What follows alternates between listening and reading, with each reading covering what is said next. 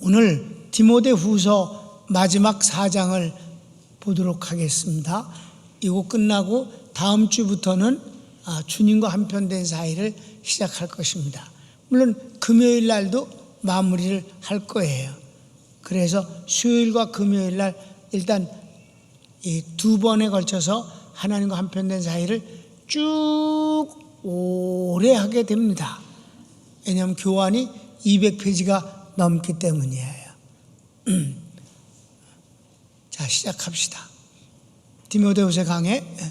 주의 종이 마땅히 할 일. 주의 종이 마땅히 할, 그러니까 세 가지예요. 사도 바울이 디모데 목사님한테 사적인 부탁을 하는 거, 그리고 마지막 끝인사, 이렇게 되는 거예요. 주의 종이 마땅히 할 일을 이제 정리를 합니다. 1번. 복음 전함에는 계산이 없습니다. 여기서 계산이란 뜻은 돈 계산이 아니에요. 인간적인 면에서 내가 손해가 되는가 하는 것을 유익함이 없다고 그랬을 때 주저하거나 비굴하거나 입 다물거나 그렇게 하지 말라는 거예요. 해야 할 일을 하라. 아멘. 복음 전에는 계산이 없어요. 주의 종이 교인들 눈치를 보면서 이 눈치 저 눈치 보면서 복음을 담대히 전하지 못하면 안 된다는 그런 의미에서 계산하지 말라는 거예요. 그러기 위해서는 어떻게 돼? 가로치고 1번. 하나님과 재림하시는 주님과 천국 앞에서 말합니다. 간단히 말해서 하나님 실존 앞에서 살고 있으면 된다는 거예요. 사람이 아니라 하나님 실존 앞에 네가 서라. 왜? 너는 사람의 종이 아니고 하나님의 종이니까. 간단한 거 1절 읽읍시다.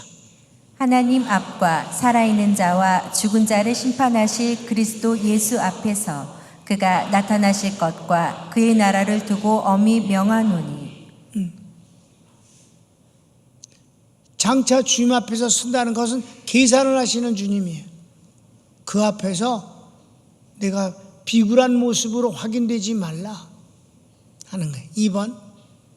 때를 얻든지 못 얻든지 전하고 가르치고 경책합니다.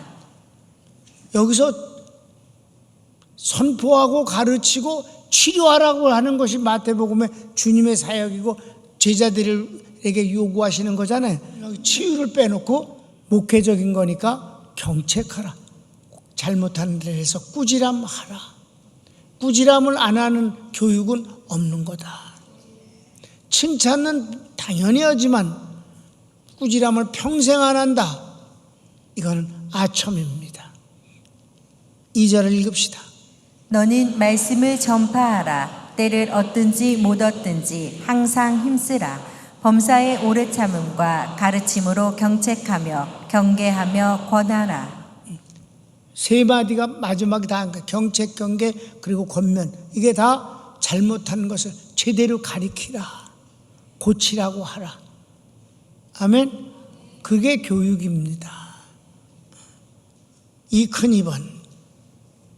교회는 잘하는 일만이 아닌 잘못하는 일이 언제나 나타나는데 경책, 경계, 권면의 권위가 있어야 합니다.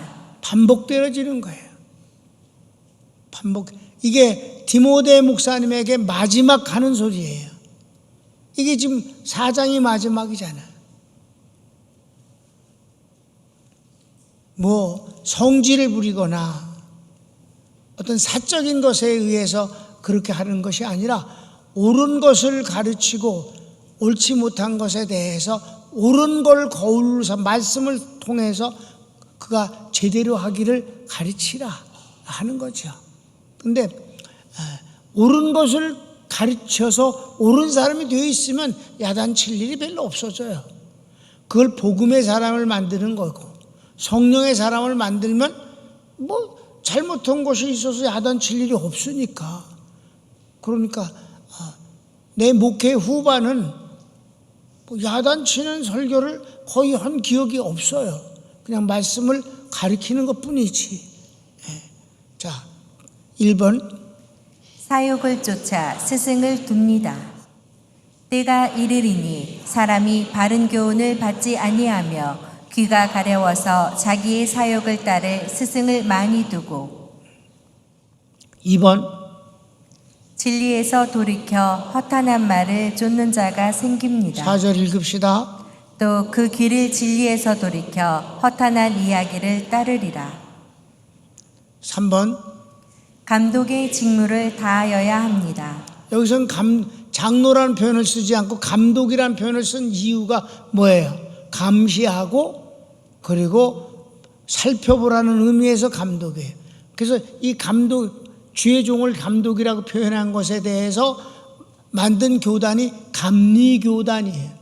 그래서 거기는 총회장이라고 안 그러고 총감독이라고 불러지는 것입니다. 그러니까 어떤 면을 더 강조하느냐에 따라서 그 교단적 성격이 드러나는 거죠. 성경을 읽읍시다. 그러나 너는 모든 일에 신중하여 고난을 받으며 전도자의 일을 하며 내 직무를 다하라. 네, 됐어. 3번, 큰 3번. 사도 바울의 살 날이 얼마 남지 않은 것을 알고 상급에 대한 기쁨의 소망을 고백합니다. 이건 디모데에게 마지막으로 하면 이 편지를 마무리하면서 마치 노인네가 소풍을 앞두고 또는 어떤 대운동회를 앞두고 열심히 해서 상 받을 것에 대한 기대감을 말하는 것 같은 분위기예요. 자, 가로치기 1번. 떠날 날이 가까웠다. 6절 읽읍시다. 전제와 같이 내가 벌써 부어지고 나의 떠날 시각이 가까웠도다. 2번. 선한 싸움을 싸우고 달려갈 길 마치고 믿음을 지켰다. 나는 이 본문을 말해요. 아주 젊었을 때 더 많이 인용을 했어요. 성경을 읽읍시다. 시작. 나는 선한 싸움을 싸우고 나의 달려갈 길을 마치고 믿음을 지켰으니 이제 후로는 나를 위하여 의의 면류관이 예비되었으므로 주 곧 의로우신 재판장이 그날을 내게 주실 것이며 내게만 아니라 주의 나타나심을 사모하는 모든 자에게도니라. 아멘. 우리가 천국에서의 주님 앞에 받을 상을 기대하지 않는다면 무슨 소망이 있겠는가? 그 기대감 때문에 오늘의 어려움도 참는 것이고 또 여러 가지 상황에서도 포기하지 아니하고 달려가는 것이 아니겠는가? 중도에 포기한다는 건 너무 그건 억울한 일이야. 시작을 말든지 시작을 했으면 끝까지 가는 거지. 자, 큰 두 번째 시작. 사도 바울의 사적인 부탁을 디모데 목사님께 합니다. 아주 개인적이에요. 이거는 개인적인 부탁이지만 여기서 사도 바울의 그 삶의 현장을 들여다볼 수 있는 것 같아서 마음이 짠합니다. 자, 1번. 제자들이 다 떠났으니 디모데가 속히 바울에게 와주기를 바랍니다. 감옥에 있으니까 사람들이 형편이 안 좋다 싶으니까 사람들이 떠나는 거예요. 이게 참 그렇잖아요. 그렇죠? 예수님이 얼마나 위대하신 분인데 예수님이 생전에 계실 때 예수님이 모든 사람이 그의 위대하심과 오름에 대해서 찬성하고 따르지 않았습니다. 오히려 유대인들은 예수님을 죽였습니다. 제자 겨우 12명을 길러내셨을 뿐입니다. 사도 바울 얼마나 위대한 인물입니까? 주님과 함께 14년을 비밀을 공유하는 계시를 받아서 신약성경 반을 쓴 사람이 사도 바울입니다. 모든 면에서 뛰어난 존재예요. 일반 은총적인 면에서도 그는 정말 언어학 박사고 철학 박사고 율법은 두말할 것도 없습니다. 최고 정신적 지도자인 가말리엘의 후계자가 되어서 이스라엘 민족 전체의 선생이 될 뻔한 사람입니다. 하나님이 그를 부르셔서 이방인 선교를 위해서 쓰셨는데 제자 겨우 10명이 안 됩니다. 그나마도 마지막 저가 로마에서 죄인으로서 연금 상태에 있고 3년을 재판하는 그 지루한 세월을 보내면서 사람들이 하나 둘씩 떠나가다 이 말입니다. 그래서 제자들이 다 떠났다. 당신이 거기서 귀한 일을 하는 걸 내가 잘 알고 있지만 나를 좀 도와달라. 내게로 와달라. 자, 성경을 읽읍시다. 9절 10절. 너는 어서 속히 내게로 오라. 데마는 이 세상을 사랑하여 나를 버리고 데살로니가로 갔고 그레스게는 갈라디아로 디도는 달마디아로 갔고. 그래서 꼭 바울을 실어서 간 것만은 아니에요. 또 일 때문에도 갔어요. 그런데 먼저 나온 놈은 실망하고 간 거예요. 2번. 올 때 마가를 데려오라. 내게 유익한 사람이다. 여기서 그 마가 때문에 그 진짜 절친하고 헤어졌잖아요. 마가가 1차 선교 여행 때 너무 고단스럽고 힘드니까 뭔가 기대를 하고 갔다가 재미는 없고 그 욕만 들이다 먹고 어려움이 계속 연속대로 되니까 도망가 버려서 그냥 예루살렘으로 가버려서 도로. 그 다음에 바나바가 다시 2차 선교여행을 갈 때 마가 데려가자 그러니까 바울이 중간에 도망온 놈을 다시는 데려갈 수 없다. 그래서 그렇게 오랫동안 정말 귀한 과정을 통해서 사실 바나바가 없으면 바울이 일하기 어려웠어요. 그 앞에서 길닦기를 해줬잖아요. 베드로에게 소개를 한 것도 바나바고, 그리고 고향에서 11년 동안 주님을 계시를 받으면서 지내고 있는 바울을 데려다가 안디옥에다 같이 공동 목회를 한 것도 바로 바나바고, 거기서 두 사람이 또 안수를 받고 선교사로 파송받게 된 것도 바로 이 바나바입니다. 그런데 마가 때문에 다시 데려가자 그러니까 안 된다. 그러니까 바울은 단호해요, 그런 면에서.